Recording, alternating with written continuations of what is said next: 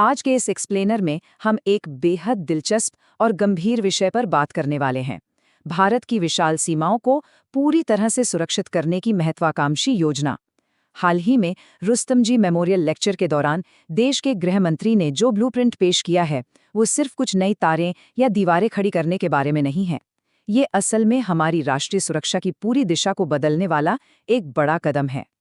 अब इस विषय में गहराई से जाने से पहले एक सवाल दिमाग में आता है, और जरा सोचिए, क्या 6000 किलोमीटर लंबी सीमा को कभी सच में पूरी तरह से सील किया जा सकता है? पाकिस्तान और बांग्लादेश के साथ हमारी सीमा इतनी लंबी और जटिल है कि इतने बड़े पैमाने पर घुसपैठ और हथियारों या ड्रग्स की तस्करी को रोकना अपने आप में एक बहुत ही मुश्किल और लॉजिस्टिक रूप से भारी चुनौती है। तो चलिए जल्दी से देखते हैं कि आज हम किन चीज़ों को कवर करेंगे।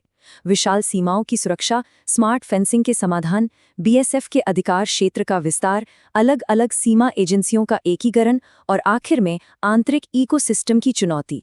सबसे पहले बात करते हैं भाग 1 की, विशाल सीमाओं की सुरक्षा और इसके सामने खड़ी भौतिक चुनौतियां। जैसा कि हमने कहा, हम लगभग 6000 किलोमीटर लंबी अंतर्राष्ट्रीय सीमा की बात कर रहे हैं।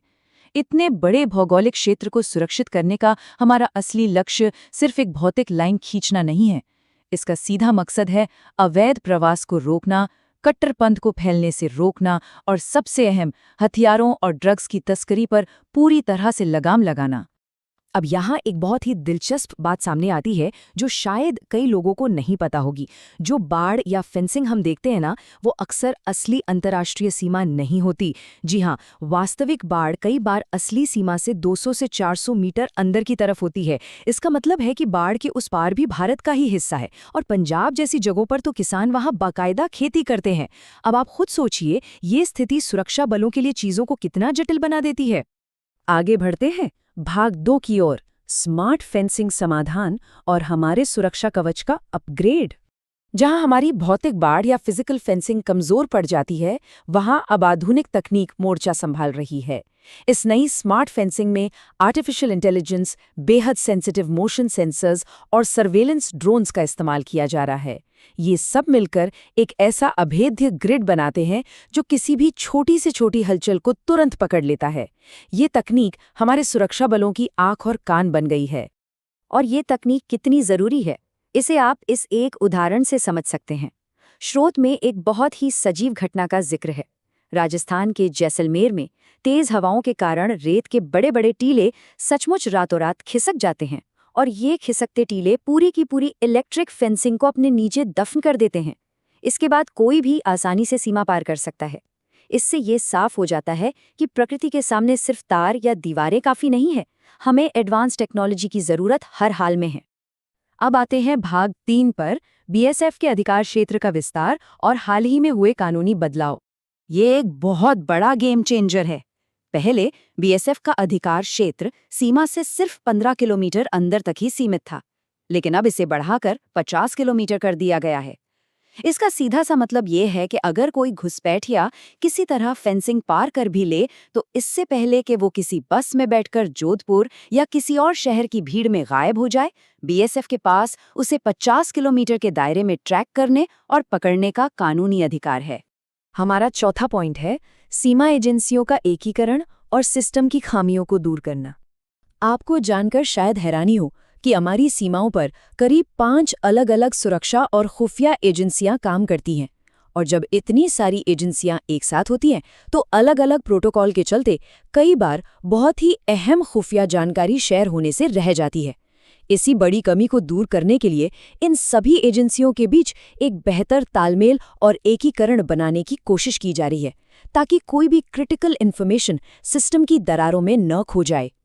और अब आते हैं आज की सबसे जटिल हिस्से पर, भाग 5, आंतरिक इकोसिस्टम की चुनौती।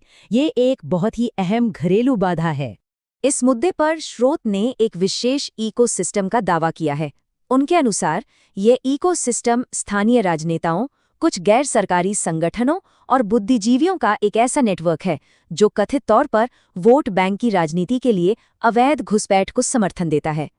यह बताया गया है कि इसी के चलते कुछ खास शहरों में ऐसे लोगों का जमावड़ा बन जाता है।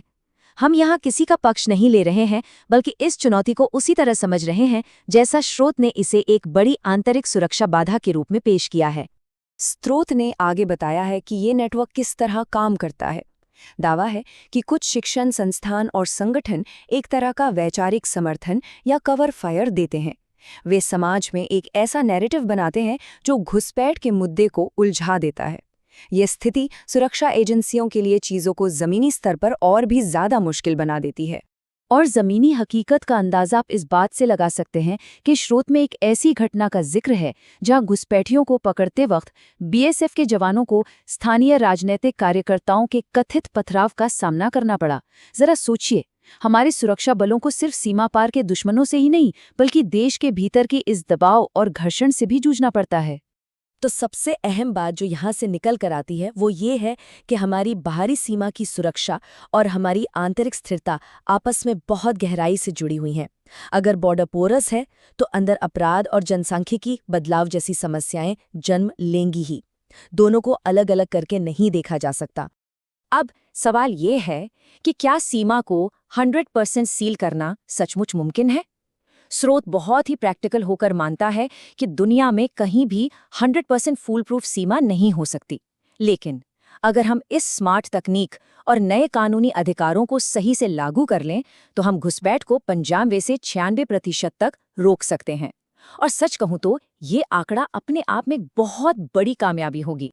तो इस पूरे एक्सप्लेनर के अंत में एक बहुत ही अहम और विचारोत्तेजक सवाल हमारे सामने है। हम ड्रोन, एआई और स्मार्ट फेंसिंग पर करोड़ों खर्च कर रहे हैं, जो कि ज़रूरी भी है, लेकिन क्या ये सारी अत्याधुनिक तकनीकें तब तक पूरी तरह सफल हो सकती हैं जब तक देश के भीतर इसके प्रति एक मजबूत और एकजुट सामाजिक राजनीतिक इच्छाशक्ति ना हो? भौतिक बाढ़ और हमारे आंतरिक इकोसिस्टम के बीच का ये संतुलन ही तय करेगा कि भारत की सीमाएं असल में कितनी सुरक्षित हैं। इस सवाल पर जरूर सोचिएगा। आज के लिए बस इतना ही।